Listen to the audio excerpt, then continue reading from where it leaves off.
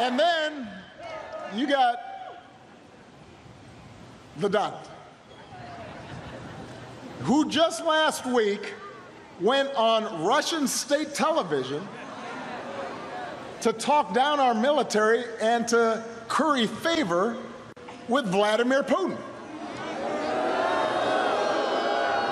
He loves this guy. Well, that was part of his speech at a Clinton campaign event in Philadelphia. For more on what was said, we can now cross live to RT's Caleb Maupin. Caleb, so Obama came out to stump for Clinton finally, but any positivity on stage certainly was not directed at Vladimir Putin. Tell us more. Well, U.S. President Barack Obama was campaigning in Philadelphia for Hillary Clinton, and he criticized Donald Trump for his recent interview with Larry King here on RT. This is some of what was said in that interview. Let's take a listen. What surprised you the most about running for office? The media has been unbelievably dishonest. I mean, they'll take a statement that you make, which is perfect, and they'll cut it up and chop it up and shorten it or lengthen it or do something with it, and all of a sudden it doesn't look as good as it did when you actually said it. Now, from there, Barack Obama went on to criticize Trump for what he perceived as a criticism of the U.S. military, as well as criticizing Trump for a perceived admiration of Russian President Vladimir Putin. Then Barack Obama surprised many people and went from there to compare Russian President Vladimir Putin to former Iraqi strongman Saddam Hussein. Let's take a listen. And when the interviewer asked him, well, why do you support this guy? He's a strong guy. Look, he's got an 82% poll rating. Well, yes, so Saddam Hussein had a 90% poll rating. Hello, Philly! Now, later in his remarks, Barack Obama pointed out that this election has more, quote, crazy stuff than usual.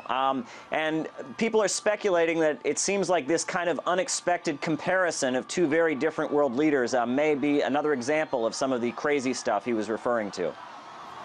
OK, RT's Caleb Maupin bringing us up to date with that speech. Thank you very much. Well, to discuss it all further, let's cross live now to media analyst Lionel.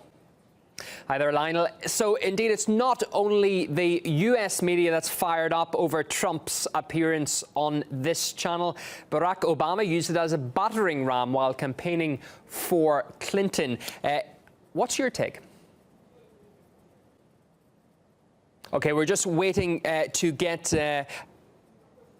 media analyst Lionel on the line there for just a moment. I believe he's with us right now. Lionel, I'm not sure if you just heard me there. We've been speaking about President Obama's speech, about... I heard you. Yeah, we showed just some of the footage on that. Indeed, it's not the US media that's fired up over Trump's appearance today on the channel. It's Barack Obama. He used it as a battering ram while campaigning for Clinton. What's your take?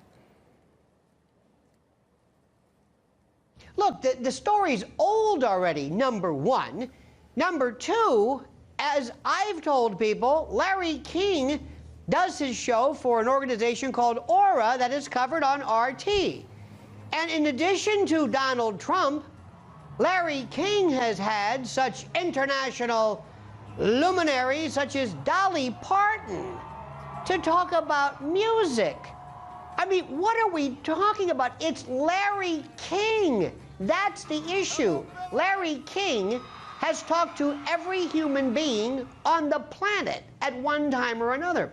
This is absolutely old news, great publicity for RT, fantastic, and Larry King, and Donald Trump. They're repeating, by virtue of this story, what Donald Trump said. Now, far be it from me to give anybody advice, but if I'm running for office or if I'm stumping for somebody, I'm not going to call any attention to their opponent. I'm going to say that I'm on behalf of this candidate, and Hillary Clinton is the best choice because of what she promises. Here's her platforms. Here's what she's done. Why does everybody talk about Trump? It makes no sense. But here's the bigger issue. Nobody cares about this. Nobody is talking about this. There are very serious concerns in this country, like many places, and we want to talk about, if I'm the voter, what Hillary Clinton is going to do, and what's even more important, especially today, if you want to talk about media, would be any attempts to allay and assuage the legitimate fears and concerns that people have about Mrs. Clinton's health. And on the latter of important issues, not even on the bottom rung, is an old appearance by Donald Trump with Larry King. It's irrelevant. It's desperate. It's diversionary. It doesn't matter. Well, it's not the first time that the name of Vladimir Putin has been brought up in the US presidential campaign, is it? And now seemingly it's back in vogue. What's the reason for that?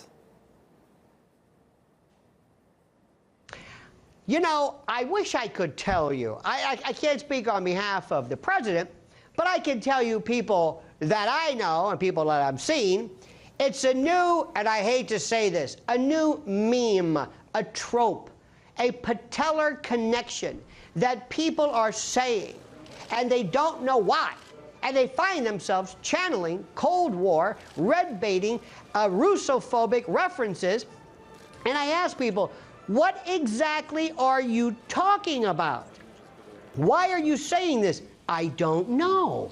Now, if you go back and ask somebody, what did Donald Trump say about either Putin or Russia or whatever, what was it that he said that was so important to repeat it, but that in any way causes anyone to show concern? And nobody can point to it. It's just this repeated idea that he must have said something wrong because everybody keeps talking about it, and since all I do is read the headlines, I'm going to repeat it too. Nobody knows. It's old news. Nobody is talking about this. Nobody cares about this. We've got bigger fish to fry, bigger issues to deal with, and we've got, more importantly, very serious concerns about the Democratic candidate. That's what we want to hear about.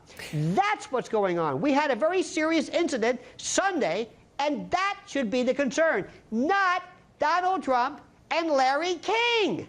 In his stump speech, his latest for Hillary Clinton, although he hasn't been out that much, President Obama compared Vladimir Putin, in a way, in terms of popularity, to Saddam Hussein. That is one of the harshest comments I can remember about the Russian president from his US counterpart for quite some time. Indeed, is he saying that Russia is like Iraq back in the early 90s? Are statues going to start crumbling in Moscow? Is liberation just around the corner? Do I need a plane ticket out of here? Be straight with me.